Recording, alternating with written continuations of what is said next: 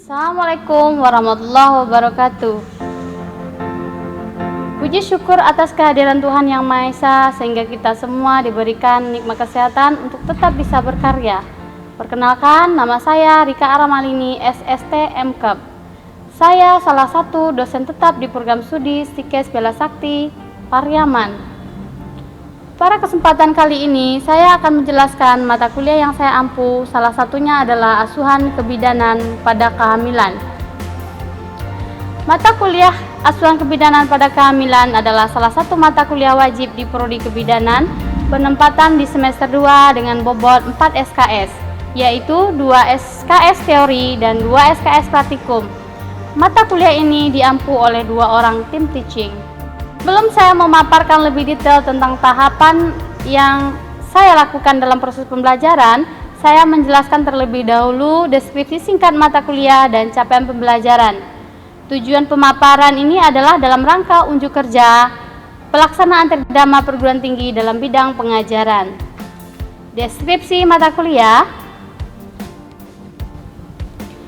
Mata kuliah ini memberikan kemampuan kepada peserta didik untuk memberikan asuhan kebidanan pada ibu hamil normal dengan memperhatikan aspek budaya yang didasari dari konsep-konsep, sikap, dan keterampilan, serta hasil evidence based dalam praktik antenatal yang menggunakan pendekatan manajemen kebidanan yang berfokus pada upaya preventif, promotif, deteksi dini komplikasi, penanganan awal, kegawat daruratan, serta pendokumentasiannya. Adapun capaian pembelajaran yang diharapkan adalah 1. Menguasai konsep dasar pada asuhan kehamilan. 2. Menguraikan adaptasi fisiologi pada masa kehamilan. 3. Menguraikan perubahan anatomi fisiologi ibu hamil di semua trimester. 4. Menguraikan adaptasi psikologi dalam masa kehamilan. 5. Mengelola kebutuhan dasar ibu hamil. 6. Menguraikan faktor-faktor yang mempengaruhi kehamilan. 7. Memberikan asuhan kebidanan pada masa kehamilan. 8. Memberikan komunikasi informasi edukasi pada masa kehamilan sesuai dengan kebutuhan. 9. Mendeteksi dini komplikasi dan penanganan awal serta rujukan. 10. Melakukan pendokumentasian asuhan kebidanan pada kehamilan. Selanjutnya, tahapan yang saya lakukan dalam proses pembelajaran yaitu DIA, Delivery Interaction Assessment. Delivery menjelaskan atau menyampaikan materi yang disampaikan kepada mahasiswa tentang mata kuliah yang saya ajarkan sesuai dengan beberapa metode, di antaranya contextual learning, cooperative learning, dan simulasi. Strategi yang digunakan dalam proses pembelajaran, saya menyampaikan materi menggunakan textbook yang sesuai dengan materi pembelajaran dan jurnal terkait. Contextual learning yaitu strategi pembelajaran yang menekankan pada proses keterlibatan mahasiswa secara penuh untuk menemukan materi yang dipelajari dan menghubungkan dengan situasi kehidupan nyata.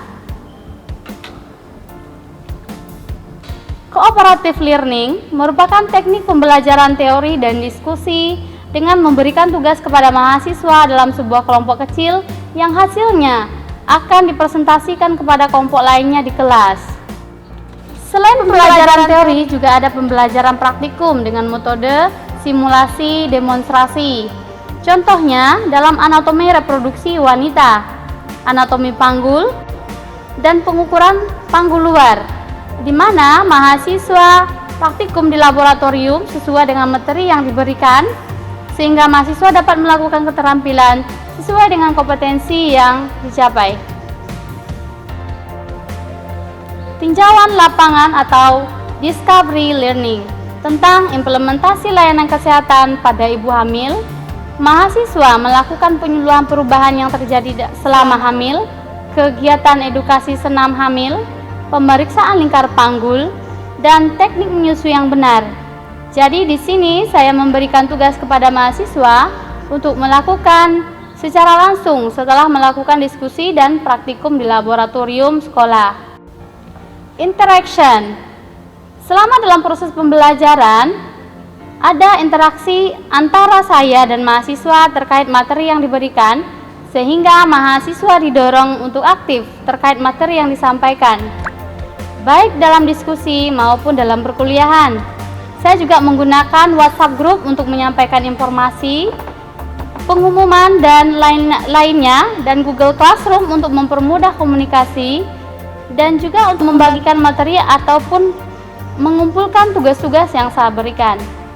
Asesmen, aspek evaluasi dan penilaian. Saya menilai mahasiswa berdasarkan komponen evaluasi dan penilaian telah disepakati pada kontrak perkuliahan awal.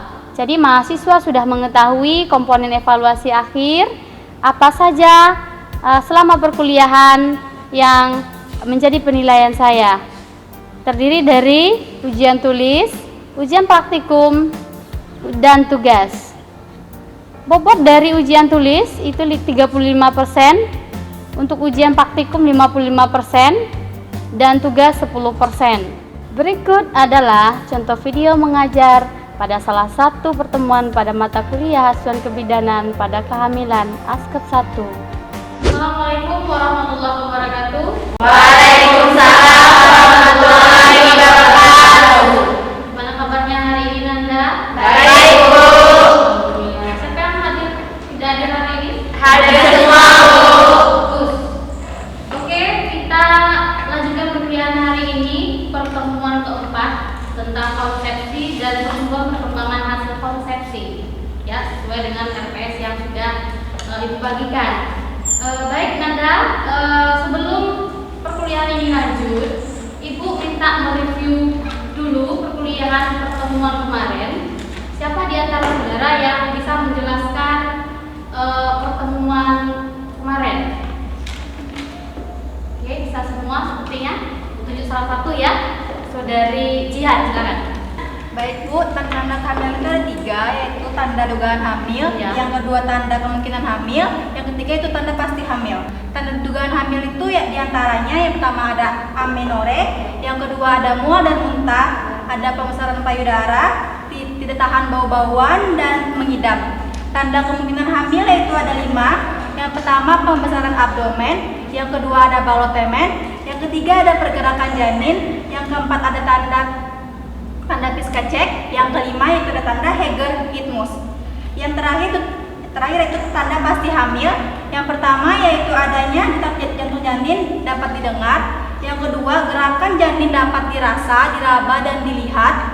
Yang keempat, yang ketiga, keberadaan bayi dalam rahim dapat diraba. Dan yang terakhir yaitu frekuensi normalnya 10-20 kali per hari. Oke, bagus sekali penjelasan dari saudari Jihan ya. Kali ini Ibu harapkan mahasiswa mampu menguraikan adaptasi fisiologi yang terjadi pada masa kehamilan, karena materi kita tentang konsepsi dan pertumbuhan perkembangan dari hasil konsepsi itu sendiri. Konsepsi itu tidak terlepas dari ovum, sperma, dan prosesnya. Nah, ovum itu sendiri adalah kalau dilihat kalau dilihat dari bahasa Latin, ovum itu disingkat atau di bahasa Latinnya adalah ovum, yang berarti telur. Ovum disebut juga sebagai sel telur. Nah, seperti gambar ini adalah gambar semu ya, ovum yang dimanifestasi seperti ini. Gambarannya seperti itu. Ovum ini dia bermeditasi di dalam ovarium, artinya dia dimatangkan dulu di dalam ovarium. Ovarium ini melalui prosesnya dalam waktu tertentu dia akan mengeluarkan ovum ini ketika sudah matang atau disebut dengan fase ovulasi. Ovulasi itu masa subur atau sudah matangnya sel telur ovum. Ketika sel telur ini sudah matang, maka dia baru bisa dibuahi oleh sel sperma. Fungsi dari ovum itu sendiri adalah dia membawa sel kromosom yang diberikan oleh wanita. Sel kromosom sudah belajar di materi mikrobiologi ya. Apa itu sel kromosom? Siapa yang bisa jawab? Oke, tapi Sel kromosom adalah sel yang membawa DNA genetik manusia. oke, bagus, membawa DNA genetik manusia. Jadi sel ini, sel ovum, sel sperma, fungsinya sama-sama membawa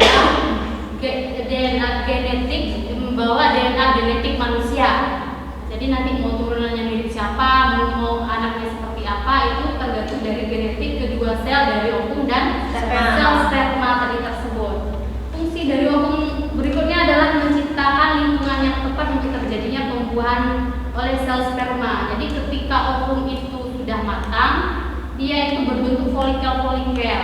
Folikelnya ini kalau dia folikelnya ini banyak, kalau satu folikel dia jadi ovum, kalau folikel yang lainnya berfungsi untuk memberikan kesuburan pada sisi dari ovum itu sendiri. Jadi dia gampang untuk ditebus oleh sel sperma. Ketika si ovum ini matang, sel sperma juga datang, gitu ya. Si ovum ini dia akan bermuara di tuba Fallopi selama 24 jam. Tapi setelah dari 24 jam maka dia akan meluruh keluar dengan sendirinya seperti fase menstruasi, gitu ya. Tetapi ketika sel sperma yang sudah melewati jalan serviks terus kemudian sampai ke tuba Fallopi, maka mereka bertemu, itulah disebut dengan pembuahan atau fertilisasi. Ya, pembuahan itu adalah pertemuan sel ovum dengan sel sperma. Kita lihat dari struktur ovum itu sendiri, dia tidak mampu bergerak aktif seperti sperma. Kenapa? Dia tidak punya leher dan tidak punya ekor, dia tidak bisa bergerak. Siapa yang menggerakkannya? Silia dari tuba Fallopi. Di tuba Fallopi itu ada sisipan kayak plasma gitu ya. Nah itu dia bersilia, dia bergerak terus sesuai dengan detak jantung dan kerja metabolisme tubuh, bergerak terus. Nah itu dia yang akan menggerakkan, bisa berjalan ke tuba Fallopi. Nanti ditangkap oleh si timbre dari organ reproduksi dari jaringan organ reproduksi wanita, gitu ya. Kemudian ukurannya jauh lebih besar dari sperma, Nah dari sperma nanti dia akan menembus ovum ini yang sudah matang, yang sudah dilumuri oleh enzim-enzim dan folikel-folikel yang memberikan kesuburan tadi. Nah, ada kesesuaian antara sperma dengan sel ovum, mereka bertemu dan terjadilah pembuahan. Kalau proses pembentukan dari ovum itu sendiri adalah ada fase proliferasi, fase pertumbuhan, dan fase pematangan. Di fase proliferasi ini dia akan mengalami degeneratif sel menjadi oogonium. Ketika oogonium ini membesar, dia akan tumbuh dan berkembang menjadi oosit primer. Oosit primer ini dia akan membelah secara semiotika agar bisa menghasilkan satu sel telur. Satu sel telur ini yang akan dibuahi oleh sel sperma, dan 3 sel tutup ini yang akan melumuri kesuburan dari ovum itu sendiri. Nah, kita kaji singgung sedikit tentang sperma ya. Sperma dia adalah sel reproduksi pria. Keluarnya memang dari pria, tidak ada di wanita. Wanita juga nggak ada sperma gitu ya. Yang ada keluarnya melalui pria. Sel sperma ini dia juga menghasilkan kromosom. Ketemu satu kromosom dari sel sperma XX, sedangkan kromosom perempuan itu XY. Kemudian mereka bertemu, maka terjadilah suatu fertilisasi atau pembuahan. Ini gambar dari sperma, bisa dilihat. Ini kepalanya, leher, kemudian ekor. Ekornya inilah yang menggerakkan jalannya mulai dari serviks, uterus, tuba yang di ismus yang bagian kecil pun dia lewati sampai ke tuba Fallopi yang paling besar, di mana sel telur atau ovum itu singgah di sana mereka akan bertemu. Bagaimana proses pembuahan sel telur tadi? Bagaimana sudah ibu singgung dari awal bahwa harus ada dulu fase ovulasi atau masa subur, ya, masa subur. Kalau sudah ada masa subur maka akan terjadi pelepasan pada ovarium yaitu ovum. Setelah itu dia akan bergerak ke tuba Fallopi dan bermuara di sana selama 24 jam. Nanti akan ditebus oleh sel sperma, maka terjadi pembuahan. Sampai di sini, Ibu jelaskan? Bisa dipahami? Bisa. Oke, sekarang kalau semuanya sudah paham, Ibu akan bertanya kepada salah satu saudara, bagaimana pembentukan dari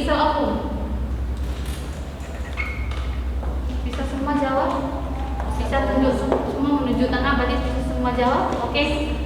Saudari Nidia, silakan. Ada 3 tahap, yaitu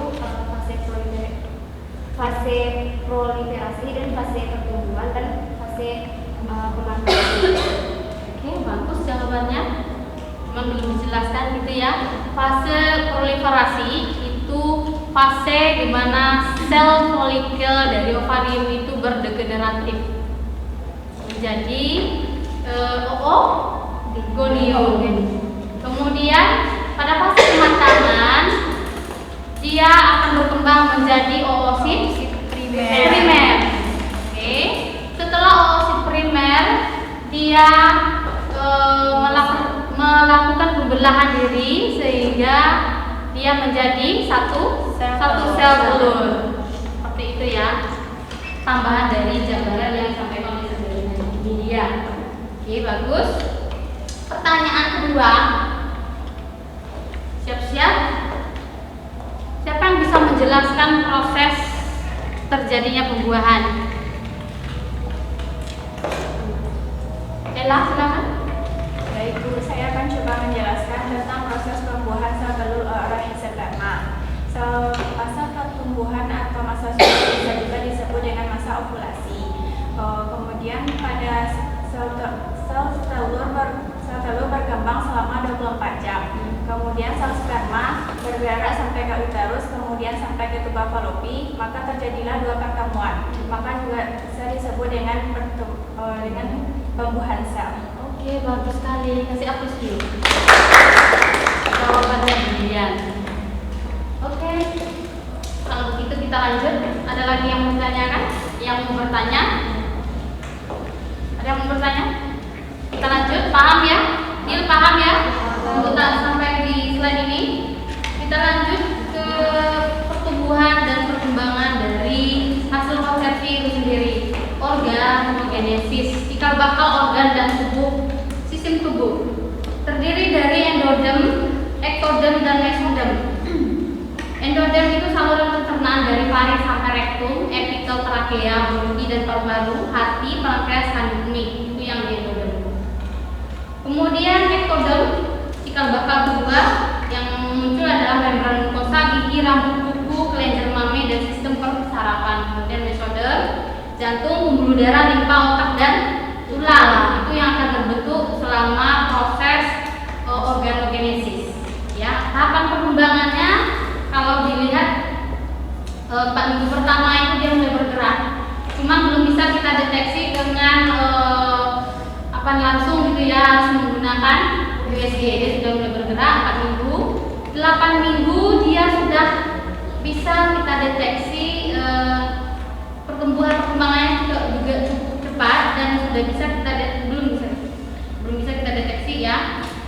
Kemudian 12 minggu sudah bisa kita deteksi melalui Doppler yang biasa bidan gunakan ya untuk melihat denyut jantung janin. Sedangkan 16 minggu terbentuk alis dan bulu mata ini sudah mulai disempurnakan untuk secara keseluruhan organ dari bayi itu sendiri. Oke, 24 minggu mendengar musik dan lagu. Nah, kalau ini ibunya sudah bisa berkomunikasi interaktif dengan janinnya di dalam perut. Jadi ibu juga harus mengontrol secara emosionalnya dalam berkomunikasi sehari-hari. Artinya janin bisa menyerap apa yang disampaikan ibu, karena yang paling dekat itu ya ibu ya, suaranya itu akan terdengar. Nah, itu akan direkam oleh janin. Walaupun dia janin, dia akan bisa dengan sendiri merekam karakter-karakter yang biasa ibu lakoni selama hamil gitu ya. Jadi ibu hamil di usia 28 minggu ini jaga emosionalnya, artinya jangan suka marah-marah, nanti anaknya juga akan marah-marah. Jangan terlalu sedia berlebihan karena nanti anaknya juga akan gampang sensitif gitu ya. Jadi memang harus distabilkan, lebih banyak mendengarkan hal-hal yang positif, baca Al-Quran misalnya bagi yang muslim gitu ya. Di usia 24 minggu. 28 minggu indera perasa mulai berkembang, mulai dari mendengar tadi, kemudian untuk karakternya juga sudah mulai terbentuk di usia 28 minggu. Jadi baik buruknya si anak ini lahir, karakter siapa tidak selain genetik gitu ya, itu juga dibawakan oleh lingkungan yang ibu perankan selama hamil. Jadi ibunya harus kontrol mulai dari 24 minggu sampai dia lahir, emosionalnya gitu ya. 32 minggu ini kerap di usia 32 minggu atau 8 bulan ini kerap ibu hamil itu mengeluh di anak berikutnya, anak kedua, ketiga, dia mengeluh kepalanya itu masih di atas, floating gitu ya. Itu karena kenapa? Karena ruangannya itu masih ada untuk berrotasi. Jadi dia itu masih mutar-mutar gitu ya, cari cari posisi di mana dia itu nyaman gitu. Karena suara kita tuh paling dekat dengan ibu mendengar, jadi dia cenderung naik ke atas. Itu anak kedua. Nah, ini beda dengan anak pertama. Kalau anak kedua seperti itu. Jadi di usia 32 minggu ini cenderung kepala janinnya masih di atas. Itu tidak apa-apa, itu masih ada kemungkinan untuk berotasi bisa ke bawah dengan catatan ibunya harus 6 hamil. 6 hamilnya boleh dikontrol dan boleh dilakukan sendiri. Oke, di usia 36 minggu itu posisinya sudah menetap. Artinya tidak ada lagi ruang untuk berotasi. Jadi si janin di dalam perut si ibu ini tidak akan bisa dirubah posisinya sesuai dengan sedang hamil atau gravitasi bumi, itu nggak ada lagi gitu ya, nggak bisa karena memangnya ruangnya sudah sempit dan pergerakannya itu sudah sangat terbatas karena pertumbuhan dari secara keseluruhan janin tersebut sudah sempurna adanya gitu ya. Bisa dipahami dengan penjelasan itu? Oke. Slide terakhir nih ya, 36 minggu posisi menetap. Ada yang mau ditanyakan? Karena Mutia yang muncul pertama gitu ya, mungkin pertanyaannya sudah dari tadi disimpan gitu ya, masih bingung gitu ya. Jadi silakan Mutia. Maksudnya Mutia ingin bertanya. Ya silakan. Kalau dari pertumbuhan dan perkembangan hasil konsepsi tidak sesuai dengan step-stepnya, apa yang terjadi Bu? Bagus pertanyaannya ya, karena kita belum menyinggung apa yang terjadi kalau step-stepnya itu ada yang terganggu gitu ya.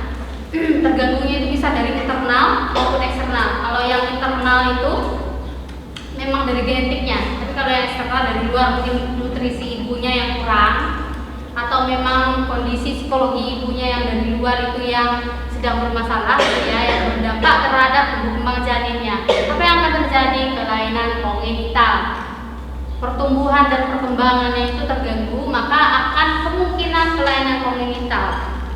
Seperti itu. Bu, terima kasih atas penjelasannya Bu. Baik, bukti ya, bagus pertanyaannya. Ada lagi yang mau bertanya? Sudah cukup paham dengan penjelasan yang Ibu sampaikan tadi? Paham, Bu.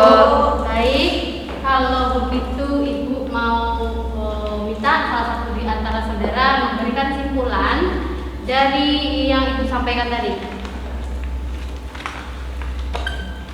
Siapa yang belum ya? Oke, Anissa, silakan. Baik Bu, saya akan menyimpulkan proses pembuahan yaitu terjadinya melalui matangnya sel telur atau ovum dan bermuara di tuba Fallopi selama 24 jam. Pada saat ini ketika sel sperma telah melewati uterus dan juga bergerak ke tuba Fallopi, pertemuan kedua sel tersebut disebut dengan fertilisasi. Di dalam ovarium wanita terdapat sekelompok sel telur yang tumbuh disebut dengan folikel. Folikel berkembang menjadi sel telur yang siap untuk dibuahi oleh sel sperma. Adapun tahapan perkembangan dari hasil konsepsi atau oogenesis yaitu ada 3, endoderm yaitu saluran pencernaan dari faring sampai rektum, epitel, trakea, bronki, paruh hati, trankeas, dan kandung kemih.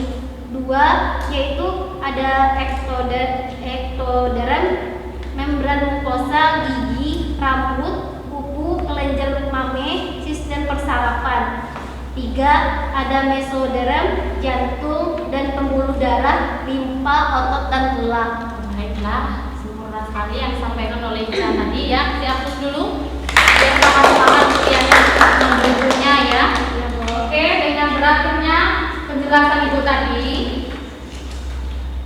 saudara untuk kegiatan berikutnya adalah tugas.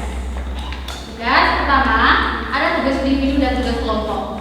Ya, tugas individu saudara ditugasi membuat gambar reproduksi wanita berwarna.